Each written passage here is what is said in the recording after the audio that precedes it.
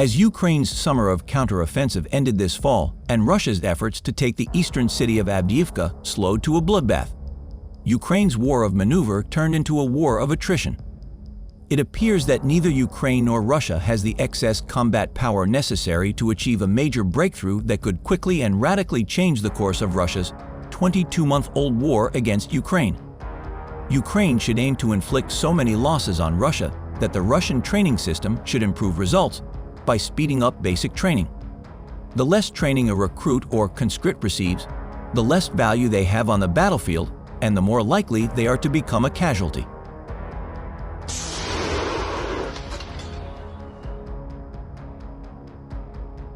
Fighters of the Ukrainian armed forces managed to repel the attack of a large armored column with a landing party of Russian invaders in the area of the Avdiivka coke chemical plant. This was reported by our defenders, who fight on this front and run the Korn Group Telegram channel. Fight for Avdiivka published a related video with comments. Koksohima district. The orcs feigned an attack, losing equipment and infantry, but most managed to escape. Only our lack of artillery can save them from total defeat. Ukraine continues its fight against Russia, but there are concerns about its continuation as the US and the European Union have been unable to reach a new agreement on a military aid package. Ukraine was dependent on the West during the war, and without help, that could have been problematic. Ukraine's frontline army is facing a shortage of artillery shells and has scaled back some military operations due to a lack of foreign aid. After visits to the United States and the European Union, Ukrainian President Volodymyr Zelenskiy returned to his country, although he was not a very happy person. His pleas for help from the US and other Western countries amid Russia's war went nowhere.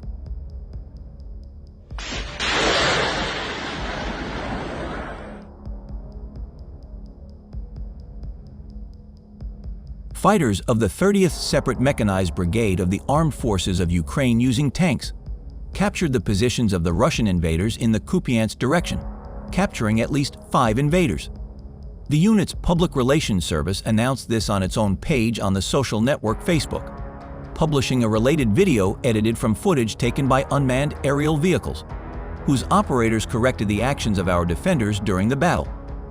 First, it is shown how Ukrainian tanks, maneuvering in a completely destroyed village, fire guns from close range at enemy positions. Then you can see how Ukrainian fighters fight in enemy trenches. Then, 5 prisoners walked along the trench with their hands raised above their heads.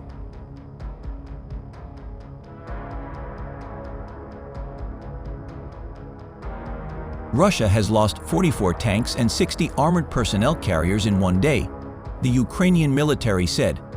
This is the latest sign of heavy losses of Russian armored vehicles as Russia launches its offensive around the conflict-ridden town of Avdiivka. Exhausted Ukrainian troops on the southeastern front were defensive in some areas but attempted to attack in others.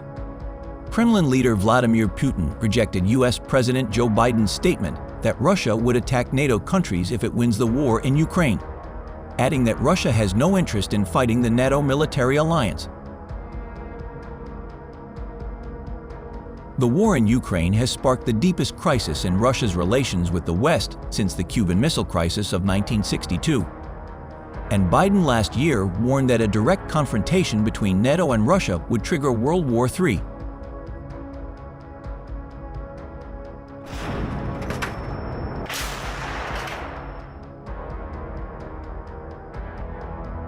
Fighters of the 14th Separate Mechanized Brigade of the Armed Forces of Ukraine destroyed another armored assault column of the Russian invaders. The press service of the unit announced this on its own page on the social network Facebook, publishing a related video edited from footage taken by an unmanned aerial vehicle. 2 invader armored fighting vehicles with landing gear on armor jumped out of the forest and ran towards the Ukrainian positions near 4 previously destroyed enemy tanks.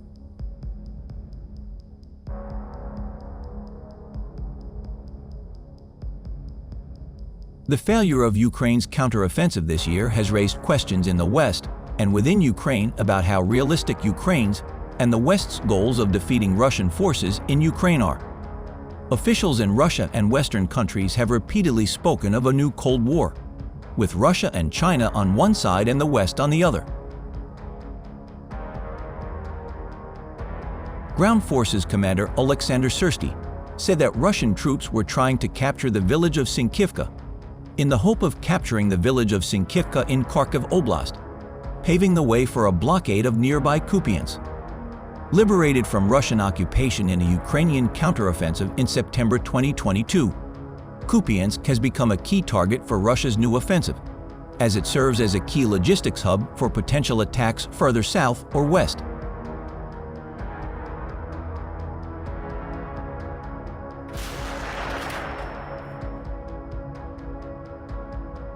Meanwhile, in the southern city of Kherson, where Ukraine has launched an offensive against Russian armed forces across the Dnieper River, soldiers are asking why this difficult amphibious operation was not carried out months ago in warmer weather. Russian forces aim to push deeper into eastern Ukraine this winter, analysts say, so Russian President Vladimir Putin can capitalize on the momentum as he campaigns for re-election, an outcome that is all but certain. Encouraged by recent progress on the battlefield, Putin said last week that he remained fully committed to the war and criticized Ukraine for sacrificing its efforts in the war. While Russia hopes to seize the initiative this winter, Ukraine is focused on holding its ground, according to interviews with half a dozen military commanders along its broad front. Despite the wet and muddy ground making it difficult to move tanks and other heavy weaponry, the Russian army has reinforced its forces in the eastern Donetsk region, where it has recently stepped up offensive maneuvers.